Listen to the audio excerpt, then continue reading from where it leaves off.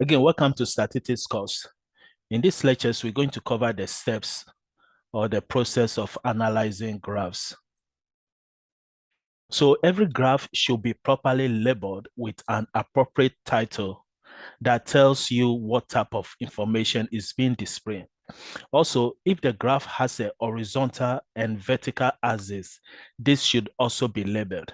And we should also include the unit of measurement when necessary for understanding of the data. So again, it's very important that every graph should be labeled, both the title of the graph should explain or at least give us the idea of the data or what the graph represents. Also, the vertical and horizontal axis, if we have it, also we should label it. Possible, we should have the unit of measurement included. Next, we should know the sources. So when examining graph in the media, it's very important to consider the source of the information. Who is telling the story is very important. And also the next will be the appropriateness of a graph. When we want to be able to determine whether the type of graph being used is best suited for the data being displayed.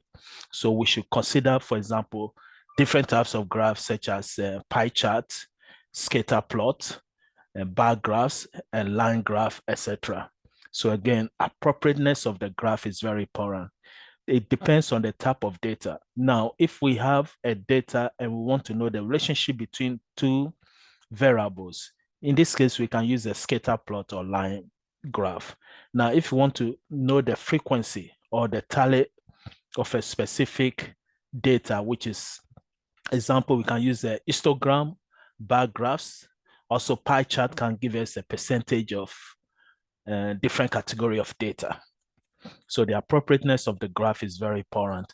Also, the scaling of graphs is very important because the scaling of the graph also can give us the shape of the graph. Either the graph will be shrink or it will stretch.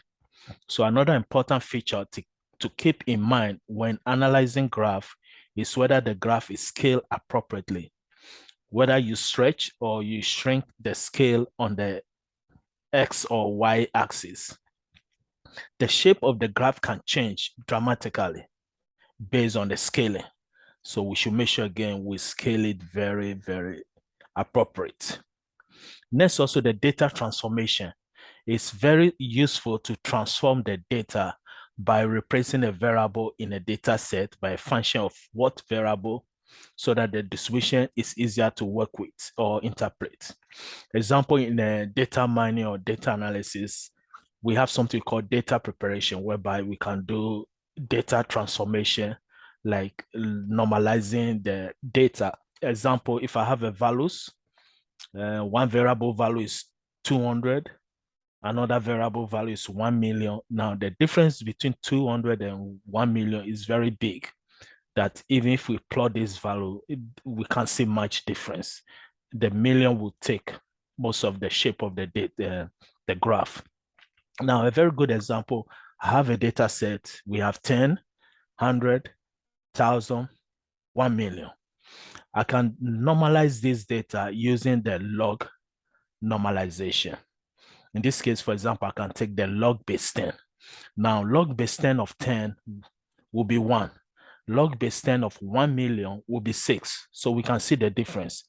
The difference between 10 and 1 million is very large, but the difference between 1 and 6 are very close. So we do this a lot, data transformation, and there are different techniques using. So that's what we talk here. A log transformation is often used to help uncluttered data point for visualization purposes.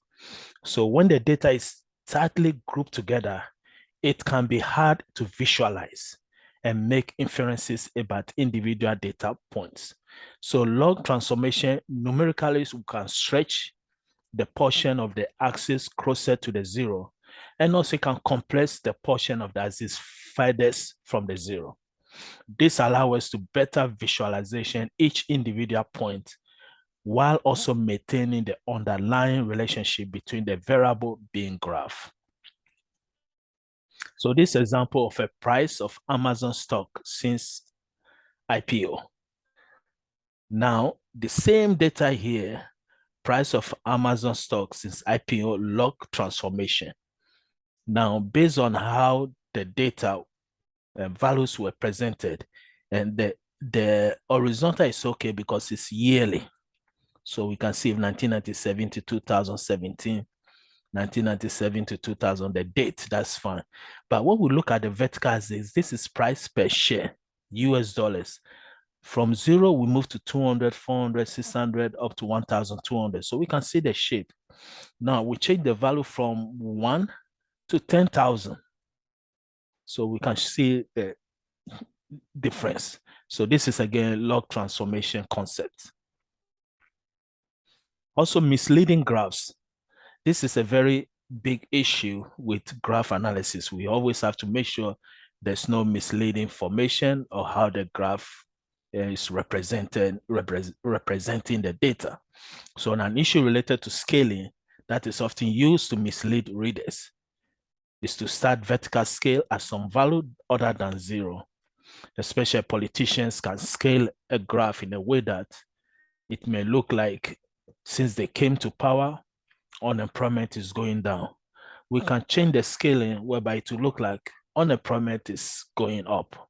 Again, the scaling is very important. Always we should watch at the 0 point.